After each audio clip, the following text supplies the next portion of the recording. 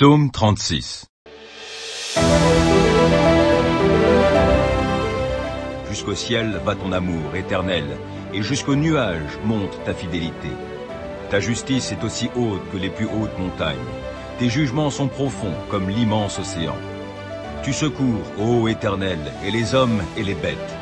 Que ton amour est précieux, ô Dieu. Sous tes ailes, les humains se réfugient. Ils se restaurent de mets généreux de ta maison. Au torrent de tes délices, tu leur donnes à boire, car chez toi est la source de la vie. C'est dans ta lumière que nous voyons la lumière. Maintiens ton amour à tous ceux qui te connaissent. Manifeste ta justice à ceux qui sont droits de cœur.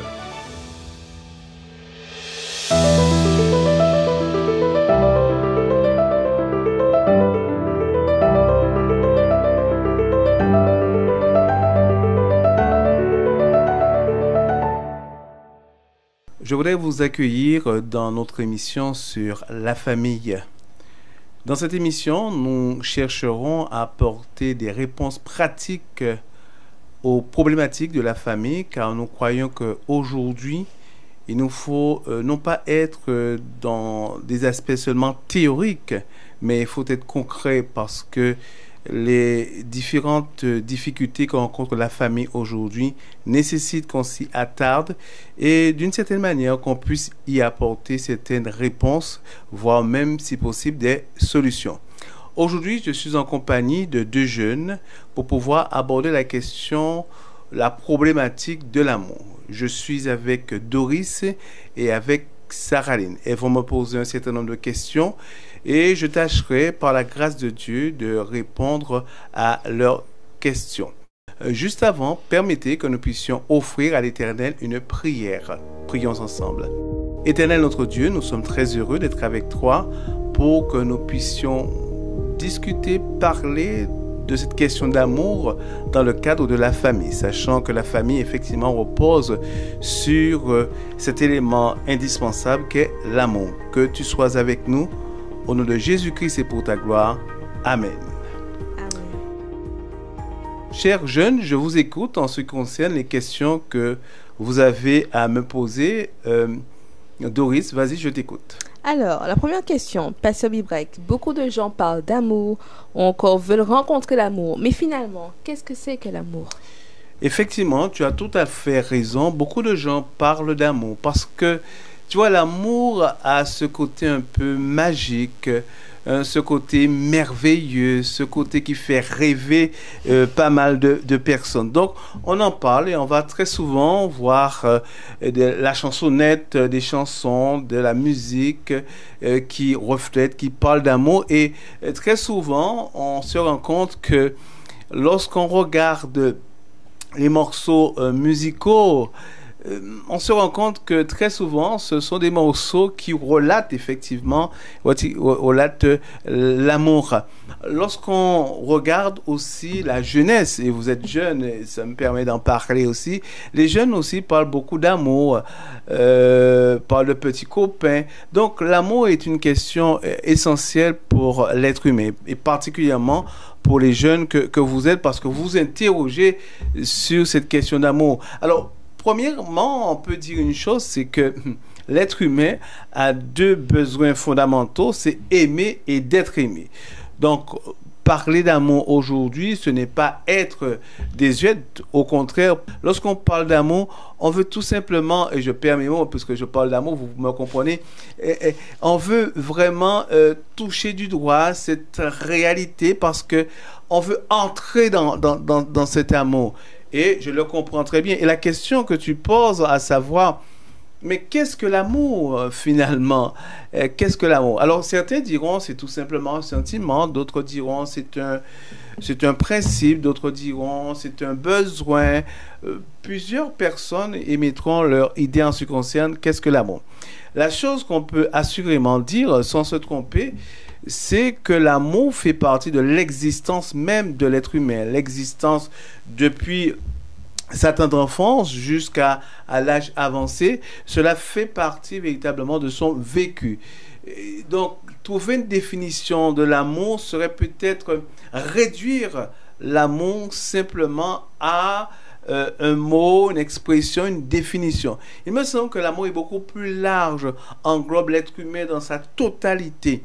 Ce qui veut dire que amour rime avec le fait que ça me permet de me sentir bien, ça me permet de me transcender, d'aller au-delà des choses, ça me permet de voir le bon côté des choses, d'être positif.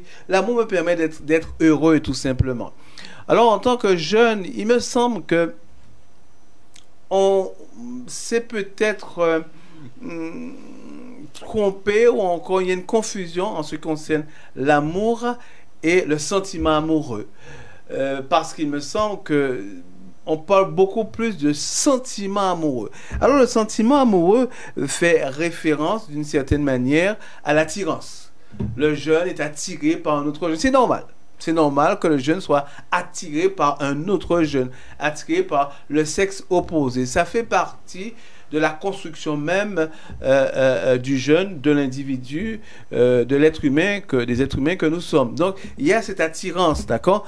Et il y a cette attirance, certains disent que c'est de l'amour, mais me semble c'est plus un sentiment amour, et j'expliquerai un peu tout à l'heure. Il y a cette attirance, ou encore il y a aussi de l'affection. On a de l'affection pour telle personne, parce qu'on se sent bien avec elle, on a des sentiments pour elle, on se dit que cette personne-là, je l'aime bien, etc.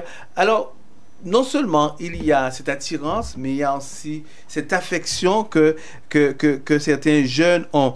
Mais il y a aussi l'attachement, d'accord? Il y a l'attirance, l'attachement, d'accord? On est attaché à cette personne, on veut souvent être avec la personne. Tant et si bien que lorsque certains jeunes se disent amoureux, ils ont du mal à pouvoir avoir d'autres relations sociales avec d'autres personnes. Ils veulent être dans l'exclusivité, accrochés, attachés à la personne qu'ils aiment.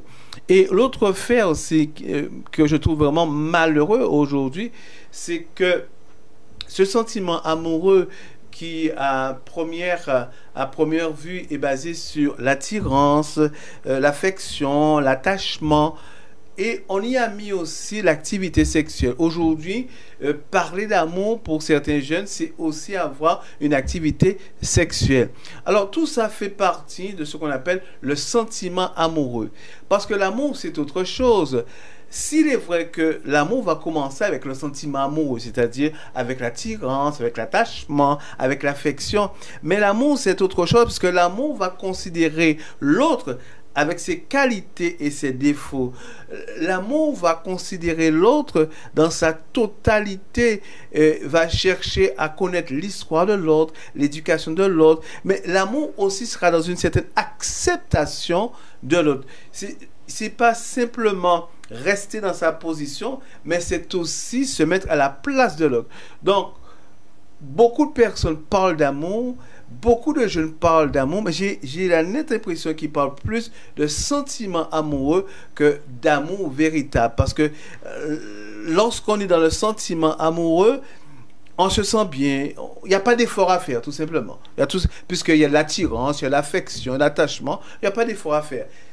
Mais lorsqu'il s'agit d'amour, il y a des efforts à faire. Parce que on se rend compte que l'autre qui est en face, même s'il y a tous ces éléments dont je viens de citer, mais l'autre qui est en face de moi, il faut que j'apprenne à l'accepter tel qu'il est. Donc, on voit très bien que il est important pour nous de savoir différencier les deux.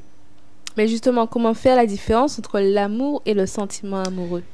La question que tu poses, pour moi, est fondamentale dans les relations que pourrait avoir un jeune avec un autre jeune. Dans la mesure, je parle dans le contexte d'une certaine sentimentalité, d'accord? Il apparaît aujourd'hui que les jeunes, à cause, si tu me permets l'expression, à cause de l'industrie de la musique et du cinéma, ont tout simplement romantisé l'amour. Alors, dans l'amour, il y a la romance. Mais ça a été romantisé à outrance, voire même ça a été d'une certaine manière, pas seulement romantisé, mais d'une certaine manière, je dirais que c'est devenu aussi érotique, complètement érotique. Lorsqu'on te parle d'amour aujourd'hui au niveau des jeunes, c'est un amour romantisé, c'est-à-dire que on va sortir, on s'aime, on est attiré l'un par l'autre, on est dans les bras de l'un et de l'autre, mais on ne va pas considérer nécessairement les défauts de l'autre, son histoire, son point de vue forcément différent. On va se dire, bon, on y va tout simplement. Et comme je disais aussi, il y a ce côté érotique, voire même pornographique, puisque on a cette impression que parce qu'on aime, on peut livrer son corps. Parce qu'on aime, on va perdre ses valeurs.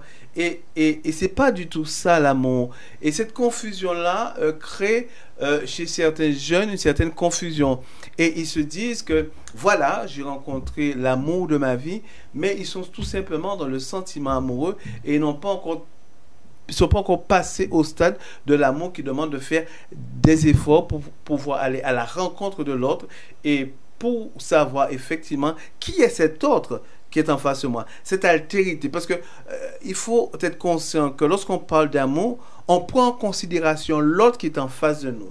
Et cet autre-là, il est vraiment différent de nous. Et c'est pour ça que certaines fois, il y a quelques difficultés en cette question d'amour. Alors, pour résumer, d'une certaine manière, il y a une confusion aujourd'hui, il faut le dire, entre le sentiment amoureux, qui est basé sur l'attirance, l'attachement, l'affection, et voire même l'activité sexuelle, et l'amour, qui véritablement demande des efforts. Permettez que je dise que 1 Jean 4, verset 8 dit très clairement que Dieu est amour. Dieu est amour, c'est-à-dire que l'amour que nous allons ressentir pour l'autre personne, cette personne de sexe différent, cet amour-là vient de Dieu. Et d'une certaine manière, c'est Dieu qui nous permet d'aimer les autres. Et si c'est Dieu qui permet d'aimer les autres, l'amour que Dieu nous donne doit être un amour qui élève l'autre, doit être un amour qui permet à l'autre d'être lui-même et ne pas chercher, d'une certaine manière, à changer, à transformer l'autre. C'est soit on a du mal à accepter la différence, ou c'est soit on essaie de le changer. Et là, on n'est pas dans l'amour, parce que l'amour, c'est noble, c'est à la fois l'attirance, l'affection, l'attachement, mais c'est aussi à la fois à l'acceptation de l'autre. Mais pasteur, peut-on aimer à tout âge? Faut-il attendre d'être majeur pour aimer? En tant que mineur, mes parents me disent souvent que je suis trop jeune pour tomber amoureuse et pourtant j'ai 17 ans. Oui, ça c'est vraiment une question que se posent pas mal de parents. À quel âge peut-on aimer? Alors, la première des choses que nous devons dire et reconnaître, c'est que à tout âge, on peut ressentir des sentiments pour quelqu'un d'autre, puisque cela fait partie de notre développement psychique, d'accord?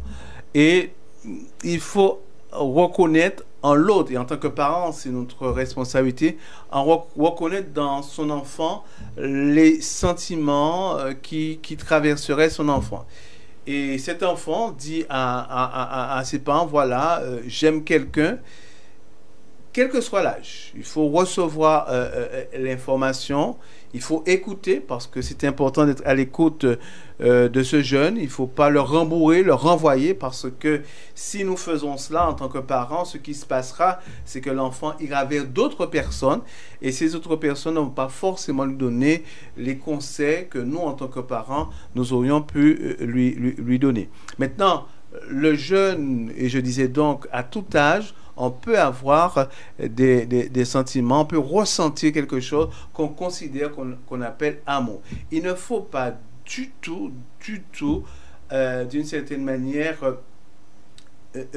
renier, rabaisser ou encore ne pas prendre en considération ce que ce jeune ressent. Parce que prendre en considération ce qu'il ressent, c'est reconnaître qu'il est un être humain et qu'il existe avec des sentiments et avec des émotions. Il est important pour le parent de le reconnaître. Maintenant, il faut quand même dire une chose, c'est que les statistiques montrent aujourd'hui que des relations amoureuses plus ou moins sérieuses qui pourraient commencer, on constate que c'est aux alentours de 17 ans.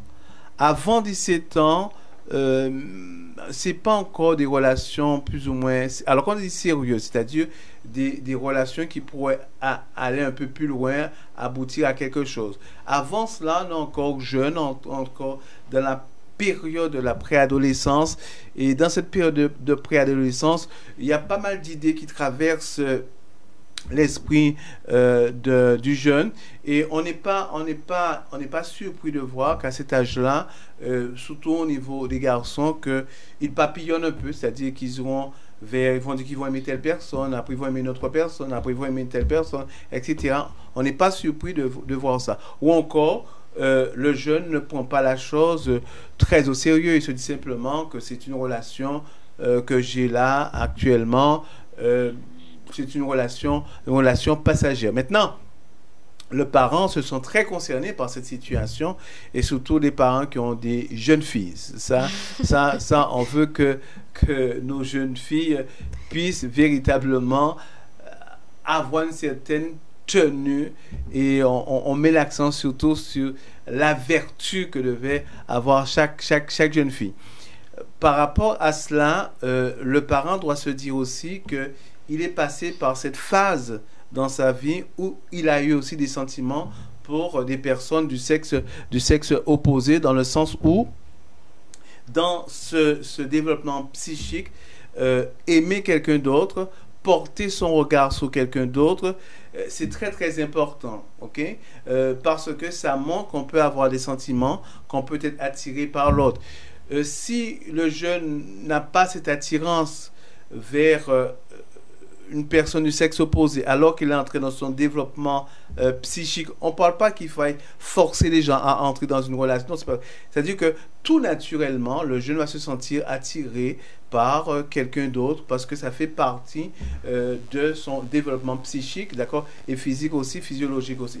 Maintenant, ce parent doit se dire une chose, qu'il est là pour encadrer, pour veiller aux choses, pour pouvoir discuter avec son enfant, parce que c'est très souvent dans le dialogue que la vérité sort, hein. La vérité sort parce que ce jeune a besoin de l'expérience de ses parents, de la sagesse et de l'intelligence aussi de ses parents. Même si en tant que jeune, on ne le comprend pas toujours, on ne le voit pas toujours, mais le parent doit rester là. Il ne doit pas se dire, bon, il ne comprend pas, non, il doit rester aux côtés de son enfant. C'est très important pour le parent de savoir quelle est cette personne que ce jeune aime, encore voudrait fréquenter, ne pas faire la sourde oreille, ou encore la politique de l'autruche, je ne m'intéresse pas à cela, ça ne m'intéresse pas, je ne veux pas en entendre parler, arrête ça. Non, puisque de toute manière, il faut se dire aujourd'hui, si le parent dit simplement de mettre un holà à cela, il faut qu'il donne des arguments qui soient vraiment solides, mais vraiment très solides,